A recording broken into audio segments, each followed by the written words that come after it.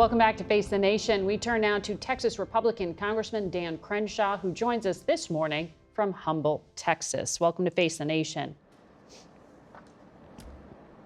Thanks for having me. Congressman, I know you've been in and out of Washington, but largely that the House members have not been here in town. The House hasn't voted since September 19th. It'll be the 7th consecutive week now that they've been working from home. Would you urge Speaker Johnson to bring everyone back to try to break the impasse over government funding? It's up to the Speaker. House Republicans and House Democrats coming back to Washington will not break the impasse. Let's not forget that the House passed a clean CR, and it was a temporary CR.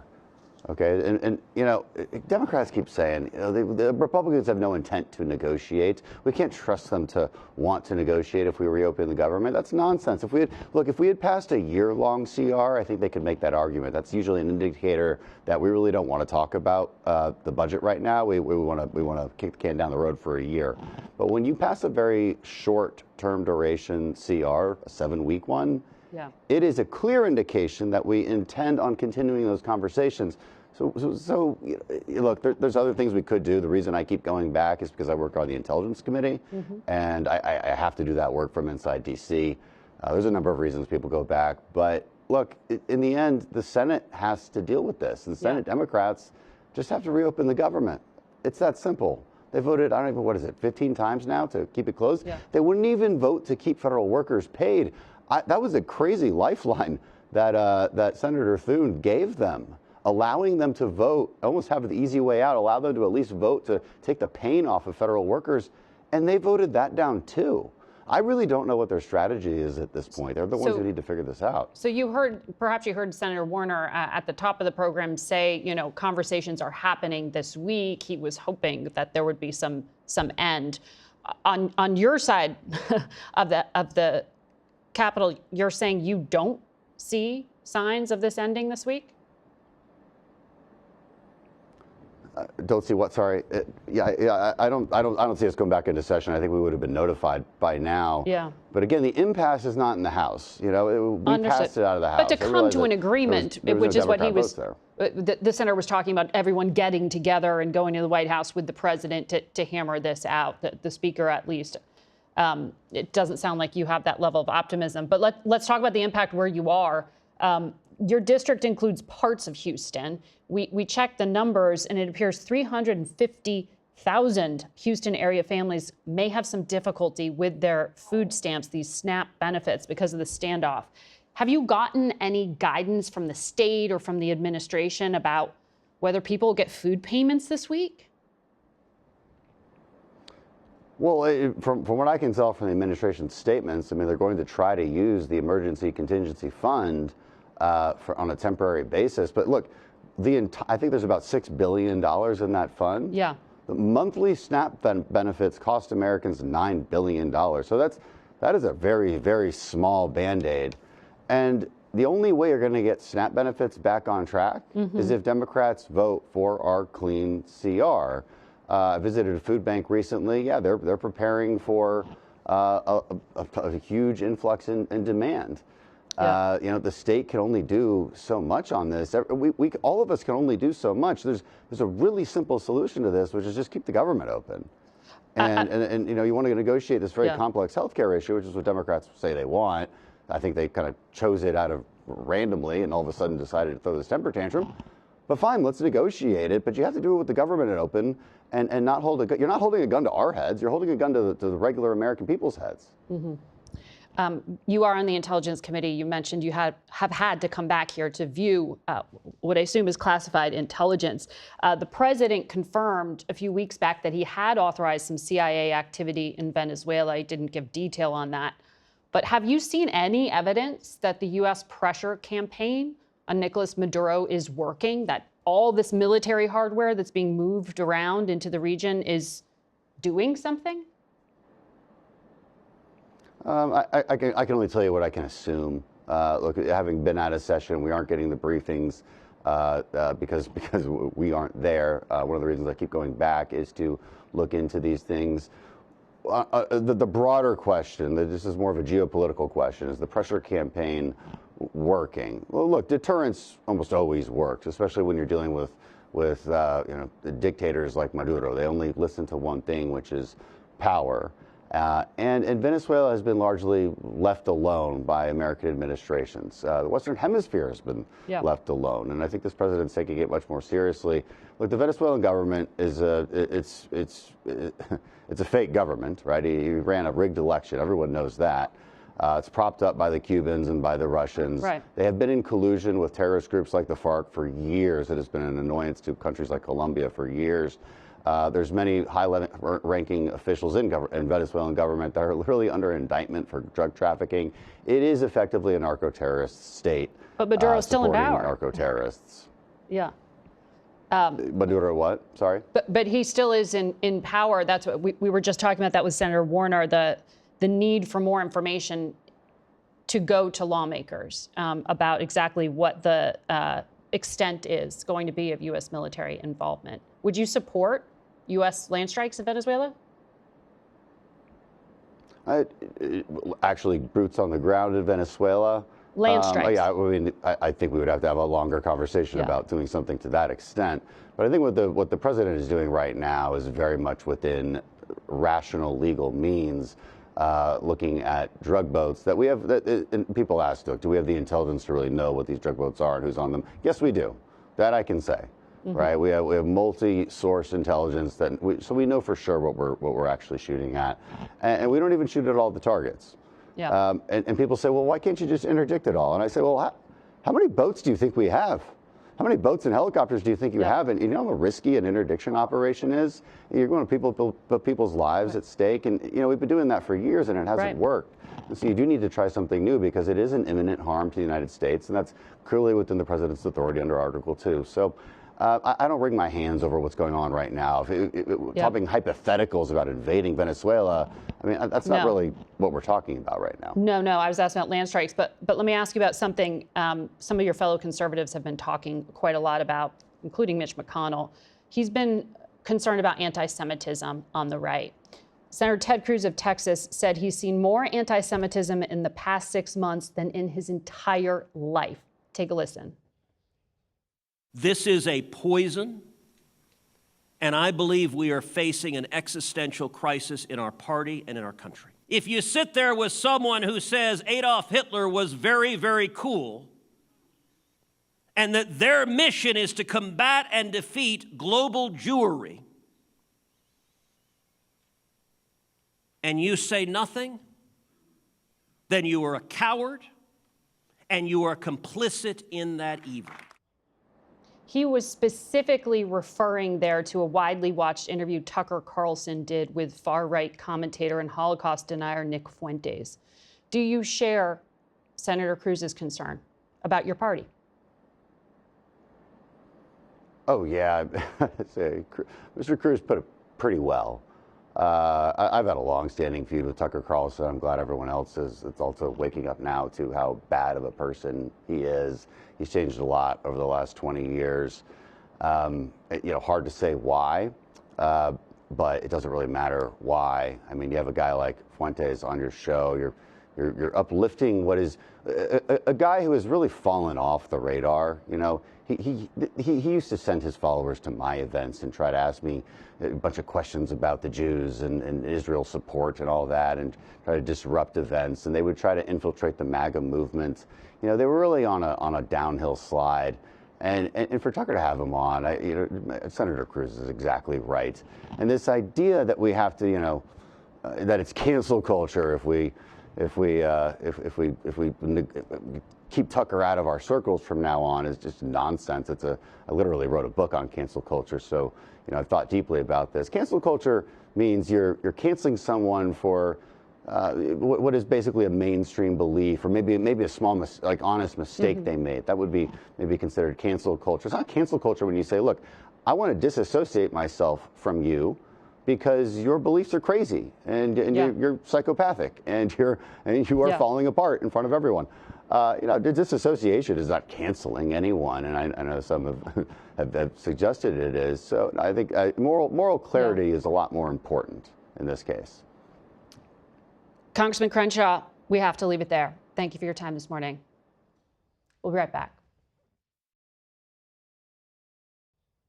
We go now to Massachusetts Democratic Governor Maura Healey, who joins us this morning from Boston.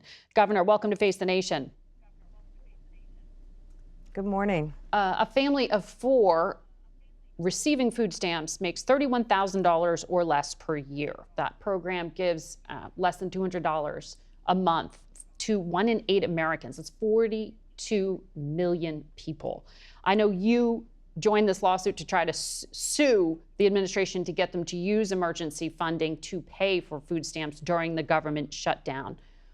Given what happened with the courts Friday, will food stamp payments be going out this week? It's your state that has to administer the program, right? Yeah. I don't know, Margaret, because the president hasn't said whether he's going to approve the release of those contingency funds. I mean, the impact of this is just devastating. 1 in 8 Americans, you say. I have about 1 in 7 Massachusetts residents who are on SNAP. I was at food pantries yesterday. I mean, people across our state do not want to see people go hungry, but people woke up on Saturday morning not having access to their benefits. The reason we sued, Margaret, 28 states, and I'm glad and grateful to the AGs for getting the favorable ruling. It basically tells the president, do what you're supposed to do, which is use the contingency funds that have been set aside for exactly this purpose. When there is a shutdown, among other things, release those funds, continue the SNAP payments to our states.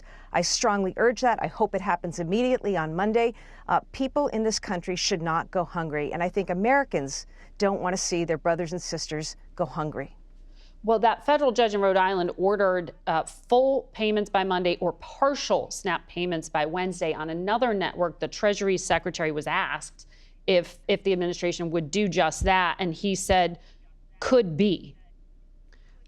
Practically speaking, how quickly can you turn it on? I mean, if that comes through Wednesday, do people in Massachusetts get to eat on Thursday? No, I mean, the problem, Margaret, with what the president has done is that he cut this off, and it takes a few days to load up those cards. I mean, anywhere between 2 and 5 days.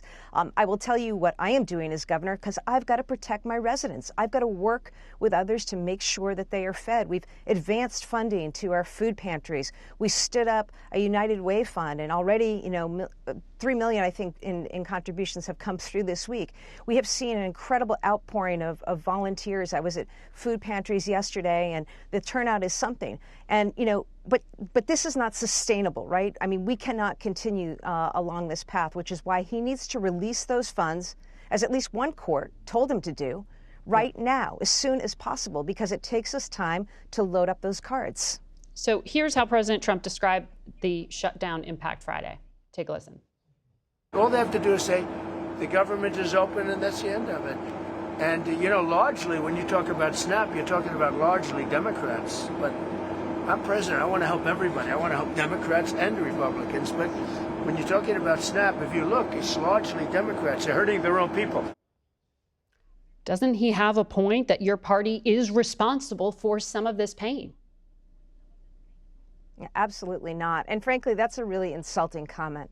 Margaret, I've got 21,000 veterans, men and women who have served our country, who are SNAP beneficiaries in Massachusetts, who had their benefits turned off, who face hunger right now.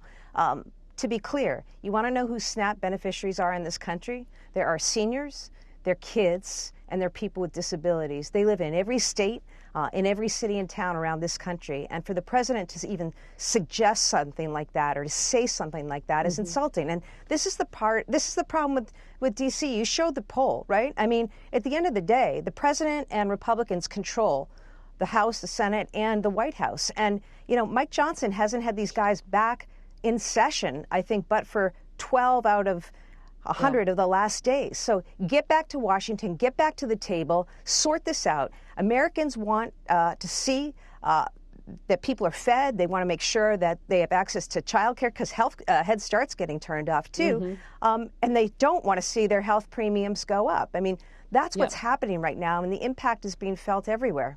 We checked, and the top 5 states or districts with the highest percentage of residents who use food stamps are New Mexico, D.C., Louisiana, Oregon, and Oklahoma. 2 of those states are ruby red and voted for President Trump in last election. I think that's what you're pointing to in terms of insult. But on the substance of why we are in this shutdown, Democrats have refused to sign on to a clean government funding bill. On that point, don't Democrats bear some responsibility? What Democrats in Congress did is stand with hundreds of thousands, millions of Americans right now who are seeing their premiums go up. I've got people in Massachusetts who just got notices because of the expiration of these subsidies. They're going to see their premiums rise as much as $20,000. American families can't afford that, you know, and I'm focused on economic hardship and what I can do to protect my people, and I think most of us are in our states as governors, which is why the folks in D.C. need to get back to work. Mike Johnson needs to call his members back, because how are you going to get a negotiation if you're not even in D.C., right? You got to get back to D.C. The president has got to give a clear directive to Republicans that they need to reopen government, because Americans are suffering and continue to suffer every single day. Governor Healey, thank you for your time this morning. We'll be back in a moment. We're joined now by Juan Andrade, CEO of financial services company USAA. Many of its nearly 14 million customers are in the military or veterans, and he joins us from San Antonio. Secretary Bessent said on this program just last Sunday that by November 15th, the troops and service members aren't going to be paid. What level of anxiety are you seeing among your customers? Margaret, thank you for having me on your show. What we're seeing today is uncertainty, anxiety, and for some real hardship. And that's really within the active duty community. It's also important to note that 30% of federal employees are also veterans or military spouses. So this is more than an impact to a household budget. This can really undermine morale and focus. And our goal is to provide stability for people who are living paycheck to paycheck and who are frankly losing ground. Well, I've seen that you're offering interest-free loans to customers. Is that everyone, or just specifically active duty military? And if they can't qualify for a loan, what do they do? So we're offering our government shutdown program to all eligible members of USAA. So as you said, that's currently about 14.5 million people. And at this point, we've acted swiftly and decisively. In the first 48 hours of the shutdown, we funded $150 million in zero-interest loans. We are now up to $400 million to date. But that's also in addition to payment extensions that we've done on credit cards, auto loans, mortgages. We've also waived fees for overdraft. And we've also had flexible insurance arrangements across our property casualty, life, and health insurance businesses. $400 million in zero-interest loans. So people are already looking to try to figure out how to make ends meet. We looked, and a quarter of all active duty military members are food insecure, according to the Department of Agriculture. That was well before this shutdown. That means they don't have a good diet, or they're not able to afford food.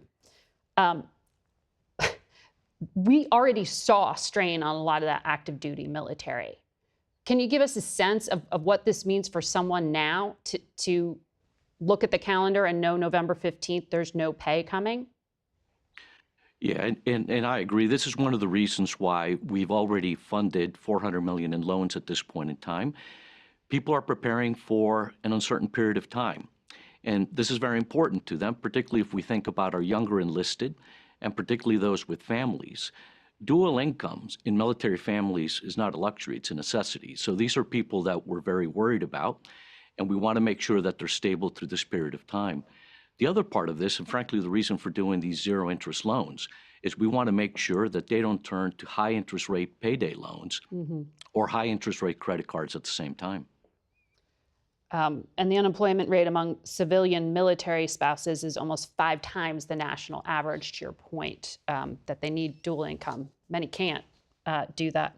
But the Congressional Budget Office projection is that there will be an economic cost, that the shutdown itself could lead to $7 to $14 billion in lost growth. What's the impact on the communities like yours, where you were living down in Texas, you know, in areas where there are bases around this country?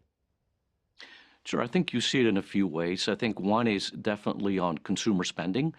Right now, people are prioritizing basic needs, whether it's health or food at this point in time. So they're definitely cutting back on discretionary spending. I think that's part of that. The other aspect of it is you're going to see more people who are food insecure. And this is one of the reasons why we have also been supporting our local communities. Our offices are all located near major military installations, and we have donated millions to military aid societies who are best positioned to provide food and other services in installations. And we've also been donating to local food banks in our communities. So how does this compare to the last extended shutdown that we had during the first Trump administration? The last shutdown basically did not last as long. I think that was a big part of that. And we also had the certainty that the military would be getting paid. Now, clearly, up until now, they have been getting paid. The question and the uncertainty that we're seeing from our members is what happens over the next couple of weeks. Mm-hmm. Because you were already planning for that November 15th. When you say the shutdown wasn't this long, you're assuming the government does not get funded for how long? How long can you keep doing this? We're already planning for a second loan to members. So we've had a number take us up certainly on the first offer of loan. Now they're taking us up on the second offer of loan. And we're prepared to assist. That's our job, and to take care of our members in the military community. So we will keep up with this. And if we have to do more, we will do more. All right. Well, we are thinking of your customers at this time. We'll continue to track what happens with that real world impact. Thank you, Mr. Andrade. Thank you, Margaret. We'll be right back. That's it for us today. Thank you for watching. Until next week. For Face the Nation, I'm Margaret Brennan.